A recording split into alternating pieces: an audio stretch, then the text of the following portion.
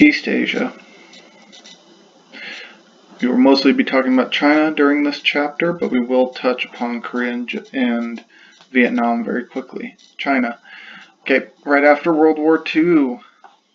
It was right before World War II, it was during World War II, and then it finished after World War II. China was actually in a civil war, and I know we didn't talk about that during our World War II chapter that much, but there was a civil war between two major factions. One faction was the Nationalists, led by Chiang Kai-shek. He's actually a pretty interesting character if you read up more about him, but the Chinese had emperors for the longest time, and they actually had their last emperor pretty much until like the year 1900. So Imperial China never really ended. The Nationalists took over around World War I, and they led the first like true democracy type of a system where it was actually pretty normal. He was a nationalist leader, so he mostly hated the communists, but he was more of a rich guy. As you can see, like very fancy outfit he's got going there. He had been the leader of the nationalist government. He was the second or third leader of nationalist China. He was a pro-Western dictator, so he didn't technically believe in all the democracy like some other people, but he did allow way more rights than what the communists would allow. The communists were the other side of the Civil War.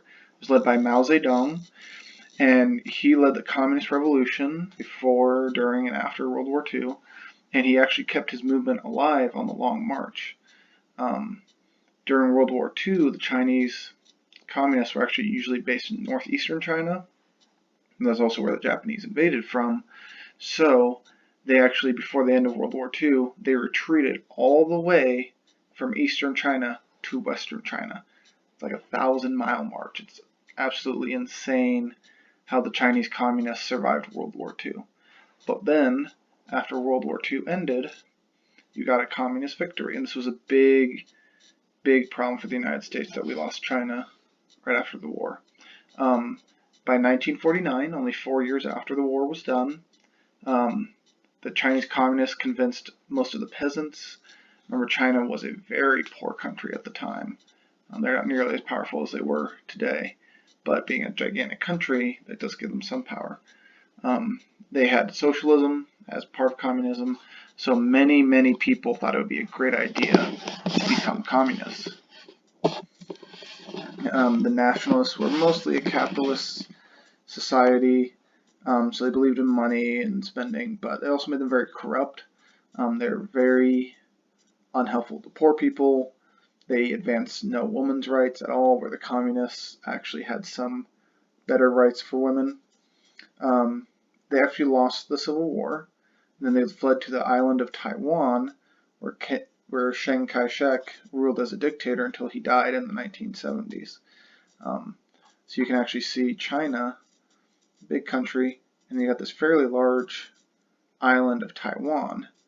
Now, you will see that Taiwan is its own place. It's non-communist China, so if you go there, it's like going to China, but you have to deal with all the communism. However, it's always been a part of China. So today, China still believes it owns Taiwan, even though it's not controlled Taiwan at all. No communist government has ever controlled Taiwan. If you ever watch the Little League World Series in the summertime, there's usually a team called Chinese Taipei, or it's another form of China, but Taipei is the capital city of Taiwan. So the team that goes to the Little League World Series every other year is actually from non-communist China, where they have really, like Japan and both Taiwan, they both like baseball quite a bit. Okay, Mao in China. Okay, he did a thing that Stalin did. It's a terrible idea. I hope most of you understand about collectivization and farming. It's a terrible idea. It's very just physical labor intensive. It's not using tools as much. There's not an incentive to succeed. Failure isn't punished, and success isn't rewarded. It's a terrible system. In 2 years of collective farming, it's been considered that Mao Zedong accidentally / purposefully killed almost 30 million people because of how terrible their farming conditions are. You also find a thing too of that's why he's actually considered to have killed more people than Hitler and Stalin combined. So we'll get into some killings that he did on purpose. And if this is just to be topical for the moment, some of the reason we think that if the coronavirus came from China because they eat animals like bat or something, it's because their agriculture is so bad that they can't grow foods that are safer for them to eat. That's why some Chinese people have to eat what we would consider to be stranger foods, because they don't have a bunch of cows, they don't have a bunch of pigs, they don't do as good of a job with their farming. Okay. Another big thing that happened under Mao Zedong was the Cultural Revolution. At Mao's encouragement, a bunch of young people across the entirety of the country read his Little Red Book, and it was all about his version of communism. So it's the Chinese Communist Manifesto. And they took all the ideas to heart, and it talked all about getting rid of anything non-communist. So they would attack older people dramatically. Anyone who's thought to be non-communist, if you're not communist enough, they're going to attack you. There are plenty of situations of people where 18, 17, 16-year-olds, people your age, would just straight up kill a 50-year-old because that person wasn't communist enough. In some ways, this is as close to Adolf Hitler as we've gotten, because it was someone inspiring young people to do insane things because of the book that they forced them to read. It also helped to promote the idea that Mao himself was just as important as the entire idea of communism. That's why today Mao Zedong is still revered as a leader, even though many people understand that he wasn't actually that great of a leader. He did a lot of bad things. Okay, America and China. America hated communism and used Taiwan's leaders as our version of China. Whenever there was a big meeting across the world, we always invited Taiwanese leaders, and they took the spot of China, which was interesting because China is huge, but Taiwan as an island is actually pretty small. The first real chance at success of being friends with China again, we had ping pong diplomacy. So, great game of ping pong. We went to China, we had some of our players play with some of their players. It's really nice. If you ever watched the movie Forrest Gump is one of the ping pong diplomacy athletes. It's actually kind of funny, that movie. You may not have realized it, but that was actually a fairly important thing in world history. By 1972, President Nixon went to China on a big visit. And by 1979, America had completely recognized the Communist government of China. However, even until this day, we say that Taiwan is not a part of China. And then this is a picture of Mao Zedong and Nixon. I believe at the time Mao had retired. I'm pretty sure he did not die as dictator. Okay, some challenges with China. In 1989, there was actually a really good democracy movement in China. You'll see, like in Eastern Europe at this time, 1989, that's when the Berlin Wall fell. And that's when a lot of communist governments were failing. We almost had a chance where China could have also maybe not been a communist country. However, Chinese Communist Party, very used to cracking down on freedom, they completely massacred everyone. There's a bunch of young people, college-age people, they wanted democracy, they protested in the streets, and then they were brutally massacred. There's a famous video of a guy who walked in front of a tank with his grocery bags, and the tank tried to go around him, and he actually gets in the way of the tank. No one knows what happened to that person. Likely he probably got killed. One-child policy, we've already talked about this early into the year with demographics. China thought they had too many people in the 1980s, and they did have a lot of people, and they were very poor. But what they didn't realize, and any good sociologists should take that next year for class, you can't do that. You can't purposefully force people to have less than 2.1 children, because you're going to get a population pyramid, which, okay, that looks fine. You get to like age 50, and then there's a big drop off because some people died. So you take the 50s, and this was a 2018 chart. These are people that should have been born in the 1950s. Okay, that makes sense because they had starvation and stuff. A lot of people died. And then it's still okay, it's okay. And you get to 40, so that's probably about 1980. That's where we start to see the one-child policy. So we actually start to see it's not working. Then it came back. 20-year-olds, that would be around 2000. There's a population increase. And I believe at some point they just redid it so you can have 2 children.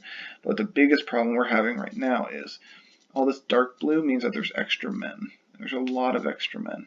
In almost every single society on Earth, there's extra women. Because women usually have slightly better health, they make better decisions, they don't die as easily, and just for whatever reason. And in most societies that have too many men, oftentimes they rebel, or there's social problems in the country. There's some Middle Eastern countries that had that recently. They had too many young men, and too many young men don't get a job, and they don't have a girlfriend. They start messing things up. Also, we have expansionist policies by China. China has been bullying its smaller neighbors for concessions. It's actually made smaller artificial islands, so the border of the country for its water around the country, they're trying to make it larger by putting random islands in places and saying that this is a part of China, even though those islands never existed before. Okay, Hong Kong. Hong Kong was a former British colony. It's still a major Chinese city to this day. It was taken from the Chinese a long time ago, 1700s, 1800s. The British agreed, however, to return it to China in 1997 because they really wanted it back. But the British, this is Prince Charles and current Prime Minister at the time, Tony Blair, they were worried about Hong Kongers' rights, and that is technically what you call them, Hong Kongers. They are residents of Hong Kong, and they had very similar rights to everyone else in the British Empire. Freedom of speech, capitalism, democracy. So actually had a lot of freedom compared to China. However, China said it would agree to a two-system policy where they allowed democracy and free speech in Hong Kong. It's just that eventually the Chinese government would start to control it a little bit more. However, the Chinese went back on that pretty quickly. They are currently still, for many, many years, the last 5 or 6 years for sure, have been trampling on people's rights, things that we take for granted in this country. Freedom of speech, freedom to assemble, stuff like that. Okay, the two Koreas. After World War II, Korea was split into Communist North Korea and pro-Western South Korea. South Korea, when the war was over, it became a military dictatorship, but later it transitioned to a full democracy. South Korea is a wonderful place. It is very high-tech. It actually has some of the best internet speeds on Earth. I believe when I was in high school, which is actually close to 10 years ago now, I think Korea had an average of like 60 megabits per second. And that was like 9 or 10 years ago. Where today, if you have a good internet connection in Nebraska or in David City, it's probably about 40, 50, 60, probably around 40 megabits. So these South Koreans were doing a lot better than us a long time ago. They're also known for Samsung and a whole bunch of car brands and all awesome stuff. North Korea with Kim Jong-un, all his best friends. I think that's his wife. It could be his sister, I'm not sure. But as you can see, everybody has to kind of do what the dear leader says. I think in North Korea, there's only like 4 or 5 hairstyles that men and women can have, even. It's the most secluded country on Earth. They're actually doing really well with Corona because no one can come in or out. The Kim family has ruled it ever since 1946. It's a one-family dictatorship, and they are incredibly brutal. It's actually quite a surprise they haven't collapsed yet. China is also communist, but not monarchy dictatorship like North Korea kind of has. But some people have said They don't want North Korea to fail, because if North Korea fails, all the North Koreans will try to go to China and get a better life. Vietnam, this will be our last thing. Vietnam was a French colony, split very similar to Korea. We're communist north and the west pro-western south. Most of you should know some of this from American history. The communist leader was Ho Chi Minh. He actually wasn't very communist to begin with. He actually lived in America for a while. He was very much into Thomas Jefferson, some of those people. However, the small amount of communism that he was already interested in really grew when every Western country helped the French. The British were totally fine with the French trying to take over Vietnam all over again, even though that failed in 1954. And the Americans eventually invaded themselves and tried to stop the communists from winning. If you don't remember, it took about a decade or so for the Americans to really fight, and we could never defeat Vietnam because we weren't playing the same type of war. We would send all these helicopters and great military equipment, and the Vietnamese would hit us with small rocket fire, machine gun fire, and then hide. It was the perfect way to fight the Americans, where the Americans were all straight force, they were all sneakiness, perfect tactics in that way, and actually they figured out we don't have to ever defeat the Americans, we just can't lose. And you'll actually find out a lot of wars are, if you can make the other guys quit, you win the war. And that's what they did.